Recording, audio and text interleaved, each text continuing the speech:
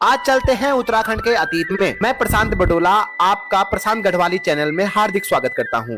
उत्तराखंड के इतिहास की बात करें तो उत्तराखंड का प्रथम उल्लेख ऋग्वेद में मिलता है, जिसमें देवभूमि और मनुष्यों की पूर्ण भूमि शब्द का प्रयोग किया गया है। ऐत्रेय ब्राह्मण में, उत्तर कुरु, स्कंद पुराण में उत्तराखंड को दो भागों में विभाजित किया गया है, मानस खंड और केदार खंड। मानस खंड वर्तमान का कुमाऊं और केदार खंड गढ़वाल क्षेत्र है। इन दोनों को नंदा देवी पर्वत चोटी विभाजित करती हैं। पुराणों में उत्तराखंड को खसदेश, ब्रह्मपुर, उत्तरखंड इत्यादि नामों से संबोधित किया गया है। बौद्ध साहित्य में उत्तराखंड को हिमवंत कहा गया है। सम्राट अशोक के अभिलेख, एक कालसी अभिलेख यमुना और टॉन्स नदी के संगम में प्राप्त हुआ है। पाली में लिखा गया इस अभिलेख में स्थानीय लोगों को पुलिंद और क्षेत्र का नाम अपरांत कहा गया है। उत्तराखंड में शासन करने वाली प्रथम राजवंश कुनिंद राजवंश लगभग 900 ईसा पूर्व से 300 ईसा पूर्व तक माना जाता है। यह मौर्य वंश के अधीन थी। कुनिंद वंश का सबसे शक्तिशाली राजा अमोद्य भूति था। उसने तांबे और चांदी के सिक्के चलाए, जिसमें मृग और देवी के चित्र बने हुए थे। कुनिंद के बाद शकों का शासन यहां रहा। इन्होंने एक कैलेंडर भी चलाया, जिसे शक संवत नाम से आप जानते होंगे। अनेक सूर्य मंदिरों का निर्माण कराया, जिसमें अल्मोड़ा का कटारमल सूर्य मंदिर बहुत प्रसिद्ध है। उसके बाद कुषाण, नाग, मौखरी ने भी अपना शासन उत्तराखंड में चलाया। बाद में वर्धन वंश के राजा हर्षवर्धन ने अपने अधीन कर लिया। हर्षवर्धन 606 ईस्वी से 647 ईस्वी के समय बाण भट्ट कवि ने प्रसिद्ध अपनी रचना हर्षचरित, जो संस्कृत में लिखी गई है, इसी समय लिखी। चीनी यात्री वेनसांग भी इसी समय उत्तराखंड आया। उसने अपनी पुस्तक सी यू की में उत्तराखंड को पो ली ही मोपू और हरिद्वार को मोयूलो कहा। हर्षचरित में उत्तराखंड को ब्रह्मपुर और हरिद्वार को मयूरपुर कहा गया है। हर्षवर्धन के बाद उत्तराखंड छोटे छोटे टुकड़ों में बट गया।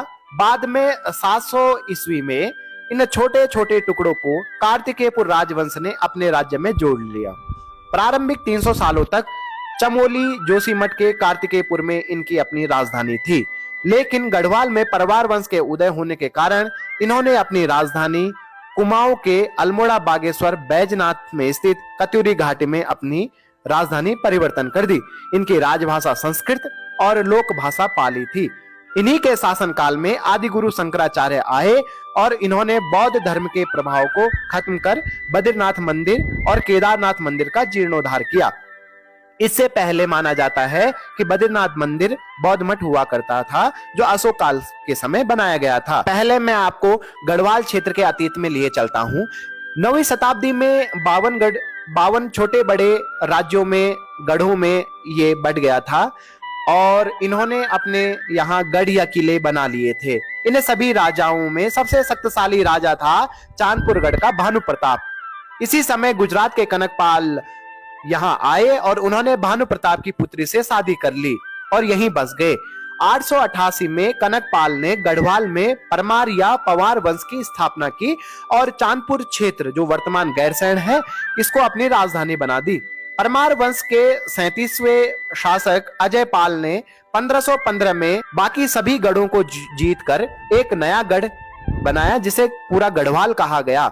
अजय पाल ने अपनी राजधानी चांदपुरगढ़ से शिफ्ट करके देवलगढ़ कर दी और बाद में श्रीनगर परिवर्तन कर दी। इस वंश के शासक बलभद्र ने लोधी वंश के शासक बहलो लोधी से शाह की उपाधि प्रदान की थी। तभी से परमार वंश ने अपने नाम के पीछे शाह लगाना शुरू कर दिया। परमार वंश के इतिहास में एक अनोखी घटना का वर्णन है। 1636 में महीपति शाह की मृत्यु के बाद उनका बेटा पृथ्वीपति शाह गद्दी में बैठा। क्योंकि वह अभी बहुत छोटा था, इसलिए उसके संरक्षक रानी कर्णावती को बनाया। इसी बीच मुगल साम्राज्य शाहजहां के सेनापति ने गढ़वाल के दून घाटी में आक्रमण कर दिया। रानी कर्णावती ने अपनी समझदारी से यह आक्रमण नाकाम तो किया ही, साथ में मुगल सैनिकों को बंदी बना लिया और उनके नाक कटवा दी गई। तब से रानी कर्णावती नक कटी रानी के साथ प्रसिद्ध हो गई।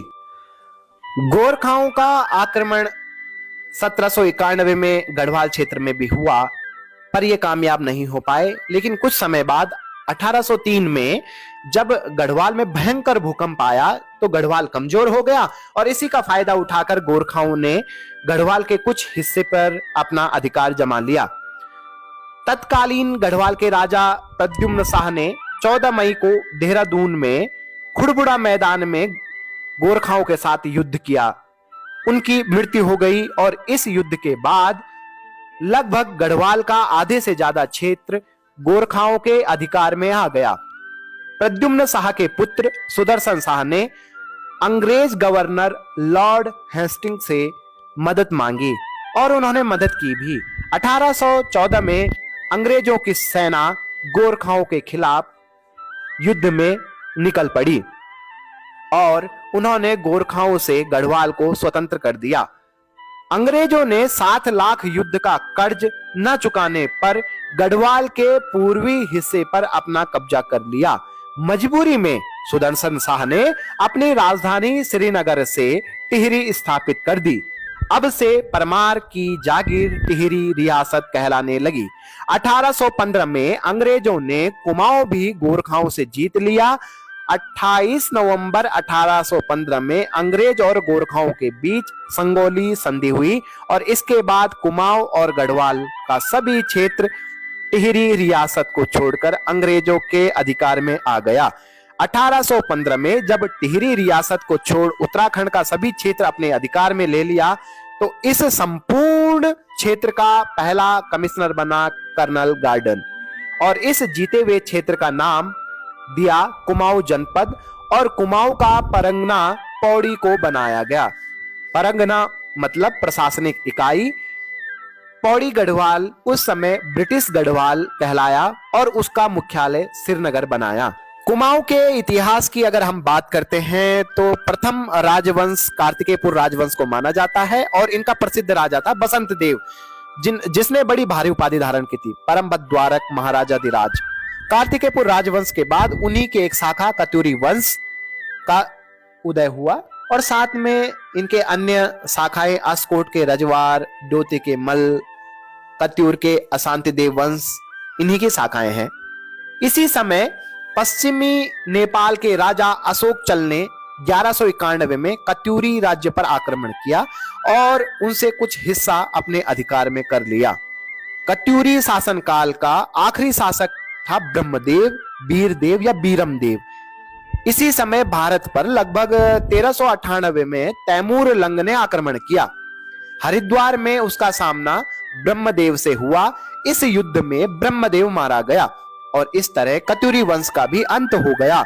इन्हीं के समकालीन चंद राजवंश ने अपने धीरे धीरे अपनी पकड़ मजबूत कर ली। कत्यूरी वंश के अंत के बाद संपूर्ण कुमाऊं का भूभाग चंद राजवंश के हाथ में आ गया जिसके राजा थे थोहर चंद और इन्होंने अपनी राजधानी चंपावत बनाई। इनका राज्य चिन्ह था गाय, जहां सिक्कों में भी गाय अंकित की गई थी। मोहरों में, सिक्कों में गाय अंकित थी। चंद वंश के राजा भीष्म चंद ने चंपावत से अल्मोड़ा राजधानी बनाने का प्रयास किया और उन्होंने अल्मोड़ा में खगमरा किले का भी निर्माण कराया।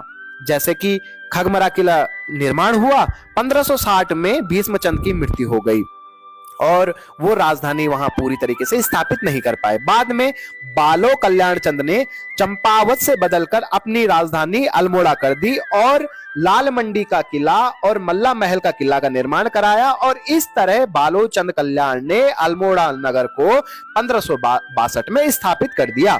मुगलों के साहित्य जहांगीरनामा, शाहनामा से पता लगता है कि चंद राजाओं का मुगल साम्राज्य के साथ भी संबंध थे। चंद वंश के आखिरी शासक थे महेंद्र चंद। 1790 में गोरखाओं ने हराकर कुमाऊं क्षेत्र पर अपना अधिकार कर लिया और इस तरह चंद राजवंश का भी अंत हो गया।